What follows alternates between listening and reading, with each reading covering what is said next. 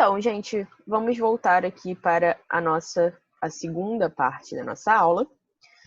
Como eu falei com vocês, eu ia começar com um segundo exemplo.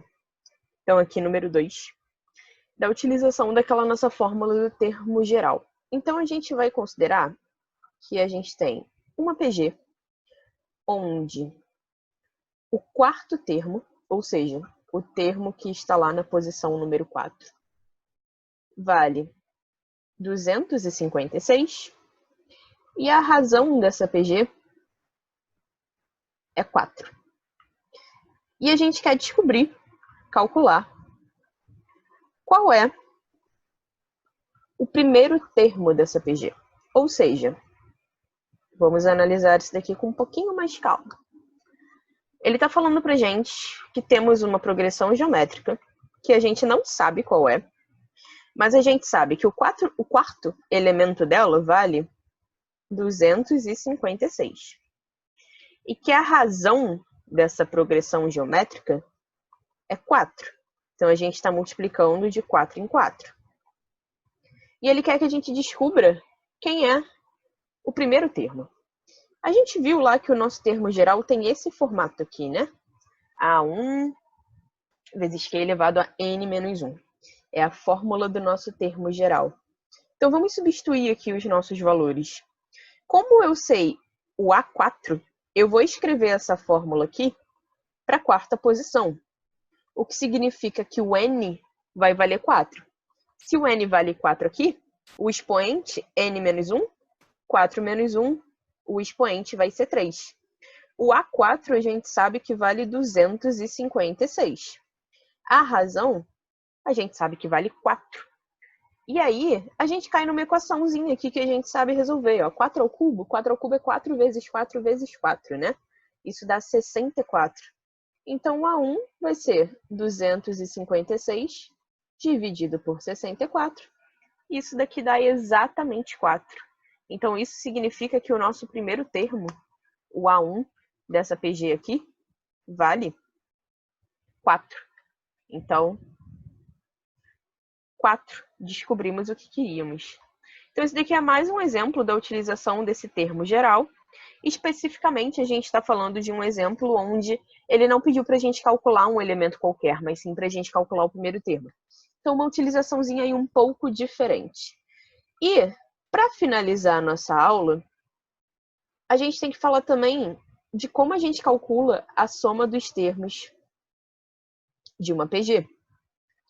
Ao contrário da PA, que a gente tinha uma única fórmula para calcular a soma, na PG, a gente tem dois tipos de soma. O primeiro tipo de soma que a gente tem é a soma finita. Como o próprio nome já diz, né? Soma finita a gente usa quando a gente quer calcular a soma de uma quantidade finita de elementos, uma quantidade ali específica, 10 elementos, 20 elementos. Então, essa soma finita, a fórmula da soma finita é a seguinte: A1, que é o nosso primeiro termo, vezes a razão elevada a N menos 1 sobre a razão menos 1. Eu não vou entrar em detalhes de onde vem essa fórmula dessa demonstração, não acho que vale muito a pena. Se vocês quiserem saber, vocês podem dar uma pesquisada, podem procurar no YouTube ou podem perguntar pra gente, tá? Eu não vou entrar em detalhes, senão o nosso vídeo vai ficar muito longo e muito cansativo. Só que aí, na PG, a gente também tem um outro tipo de soma, que é quando a gente trabalha com uma PG infinita. Quando a gente está fazendo a soma infinita dos nossos elementos, daqui a pouco a gente vai entender melhor o que significa essa soma infinita. O que a gente tem é essa fórmula aqui. A soma infinita é A1 sobre 1 menos Q. Então, vamos ver dois exemplos aqui da utilização dessas fórmulas. Primeiro exemplo, soma finita. Soma finita, vamos supor que eu dê para vocês aqui uma PG qualquer. Pode ser aquela PG que a gente está usando o tempo todo. Aquela primeira PG lá, que era 1, 2, 4, 8, 16, 32 e assim por diante. Vamos supor que eu pergunte para vocês a soma dos 10 primeiros termos. Ou seja, dos 10 primeiros elementos dessa PG. Como eu estou trabalhando só com 10 elementos, eu estou trabalhando com uma quantidade finita. Se eu estou trabalhando com uma quantidade finita, significa que é uma soma finita. Então, a gente vai usar a fórmula da soma finita, que é aquela primeira fórmula que a gente viu. A1 vezes Q elevado a N menos 1 sobre Q menos 1. O primeiro termo é 1. A razão é 2. A gente está multiplicando de 2 em 2. O N, eu quero somar até o termo 10, né? Então, esse N aqui vai ser 10. Vai ser a quantidade de termos que a gente está somando. Sobre a razão, que é 2, isso também menos 1. Então, vamos lá. 1 vezes alguma coisa é a própria coisa. 2 menos 1 é 1. Qualquer coisa dividido por 1 também é a própria coisa. Então, o resultado dessa soma vai ser 2 elevado a 10 menos 1. 2 elevado a 10, se não estou enganada, se não estou fazendo conta errada, isso é 1024. 1024 menos 1, essa soma daria 1023. Então, se eu somar os 10 primeiros termos da nossa progressão geométrica, essa progressão geométrica, a soma desses 10 primeiros termos seria 1023. Tudo bem, então um exemplo de soma finita. Então vamos trabalhar agora um exemplo de soma infinita para a gente entender melhor como é esse conceito de soma infinita. A fórmula da soma infinita... Não, na verdade não vou botar a fórmula agora não. Vamos começar escolhendo uma PG. Eu vou pegar a segunda progressão geométrica que a gente viu lá na primeira página. Quando a gente classificou as progressões como crescente, decrescente, oscilante, constante, a gente tinha feito uma progressão geométrica, voltando, essa aqui, ó, 25, 5, 1, 1 quinto, só que a razão era 1 sobre 5. Então, a gente vai usar essa progressão geométrica como referência para a gente resolver esse exemplo. Então, vamos considerar essa progressão geométrica. E aí, eu não vou falar para vocês, calcule a soma dos tantos primeiros termos. Eu quero a soma infinita dessa PG. A soma infinita significa que a gente vai ficar somando todos os termos e nunca vai ter um fim. Então, a soma infinita dessa PG, a fórmula é a seguinte.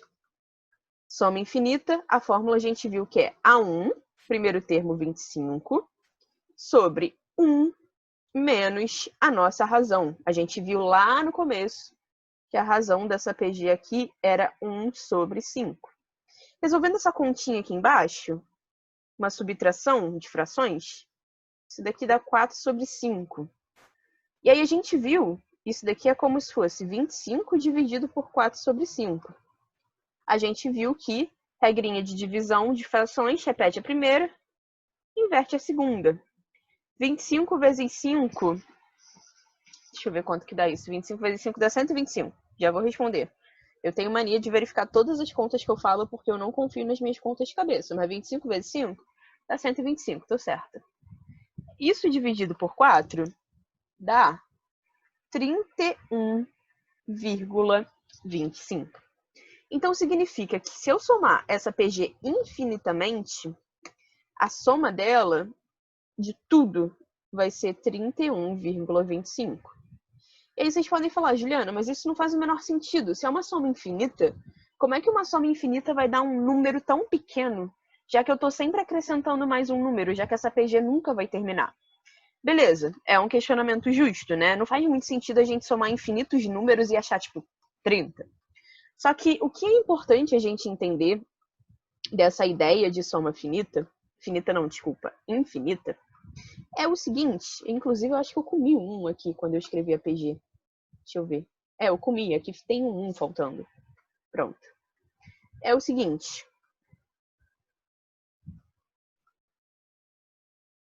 Quando a gente faz essa soma infinita, o que a gente está fazendo? Vamos entender isso daqui melhor. Está somando os elementos. Então, eu estou somando 25, mais 5, mais 1. 1 sobre 5, se a gente faz essa conta, dá 0,2. 1 sobre 25 dá 0,04. 1 sobre 125 dá 0,008. O próximo termo aqui seria 125 vezes 5, seria 1 sobre 625. Depois, multiplicando o denominador por 5 de novo, seria 3.125. Então, 1 sobre 625 dá 0,0016. 1 sobre 3.125 dá 0,00032.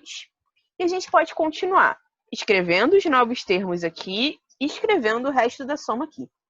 Eu não sei se vocês repararam o que está acontecendo. O que está acontecendo aqui nessa soma infinita? Os números, eles vão ficando cada vez menores. Lembrem que a gente viu lá na frente que esse tipo de PG é uma PG decrescente. Então, a gente começa no 25 e os valores vão diminuindo. Então, 25, 5, 1, e aqui a gente entra em números decimais. Vocês estão vendo como os valores estão ficando cada vez menores? 0,2, 0,004, 0,0016. Aí aqui a gente já está com 3 zeros depois da casa decimal. E isso vai continuar diminuindo. Esse valor nunca vai chegar em zero. Ele vai ficar mais próximo de zero, mais próximo de zero, mais próximo de zero, mas ele nunca vai chegar em zero. Mas vocês concordam que eu ir somando esses valores que estão diminuindo cada vez mais, eles vão fazendo cada vez menos diferença na nossa soma? A gente pode ir somando, mas conforme os valores forem diminuindo e se aproximando mais de zero, menos eles vão acrescentar naquela nossa soma. E vai chegar uma hora que esses valores vão ser tão pequenos e tão pequenos que eles não vão fazer nem cosquinha na nossa soma. A gente pode continuar somando isso daqui para sempre, que o valor da nossa soma nem vai mudar, de tão pequeno que esses valores vão ficando conforme a gente vai avançando na nossa PG. Então é por isso que, apesar da gente estar falando de uma soma infinita, a gente consegue encontrar valores pequenos e valores fixos para essa soma. Esse 31,25 é como se o resultado te falasse para a gente o seguinte: olha, você pode continuar somando essa PG aí o quanto que você quiser, mas ele não vai passar de 31,25, porque os valores vão ficar tão pequenos, que conforme você for somando, esse número não vai mudar mais, não adianta. Então essa é a ideia da soma infinita. Apesar da PG ser infinita, a gente não acha um número infinito quando a gente soma, porque a gente está trabalhando com a PG decrescente, então os números vão diminuindo tanto ao ponto de, quando eu somar os valores que estão lá no final da nossa PG, eles não vão mais fazer diferença na nossa soma, porque eles são muito pequenos. Então, esse tipo de soma infinita, na maioria das vezes, ele só vai aparecer quando a gente estiver trabalhando com PGs decrescentes, que são aquelas PGs que têm aquela razão entre 0 e 1. São as PGs que a razão é 0, alguma coisa. 0,5, 0,2, 0,25, 0, qualquer coisa.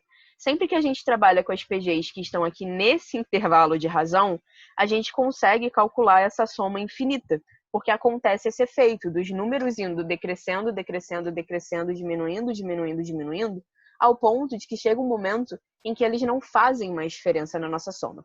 Então, gente, a PG, ela tem algumas propriedades, assim como na PA. Eu não sei se vocês lembram que na nossa última aula, a gente falou sobre aquelas propriedades de média, quando a gente pega um número, pega a média aritmética dos dois em volta dele na PA, a gente encontra o elemento do meio, e a parada das somas, que a gente vai somando e a soma é sempre igual. A gente falou sobre isso no finalzinho da nossa aula de PA.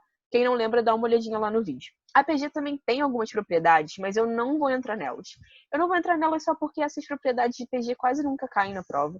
Então a gente vai focar mais na PG realmente, no termo geral e nas fórmulas de soma. Então, quais são os nossos próximos passos? Na nossa próxima aula, daqui a 3 semanas, porque semana que vem, quinta-feira, é feriado, então não vai ter postagem de matemática. Então, semana que vem é feriado, na outra semana vocês vão ter aula com o Pedro de geometria, e aí na outra semana a gente volta. Então, daqui a 3 semanas, a gente vai fazer uma aula só de exercícios de PA e PG. Eu vou trazer questões de vestibular para vocês verem como que esses dois assuntos caem. Então, tem lista para vocês fazerem lá no Drive, tem uma lista de PA da última aula. vai ter uma lista de PG essa semana. São listas mais teóricas, só para vocês se ambientarem com esse assunto, vocês se acostumarem a usar essas fórmulas. E daqui a 3 semanas a gente entra com uma aula de exercícios de vestibular e também uma lista de exercícios só com questões de vestibular de PA e PG, tudo bem? Então a gente vai encerrar por aqui hoje. E aí daqui a 3 semanas a gente volta com essa aula de exercícios.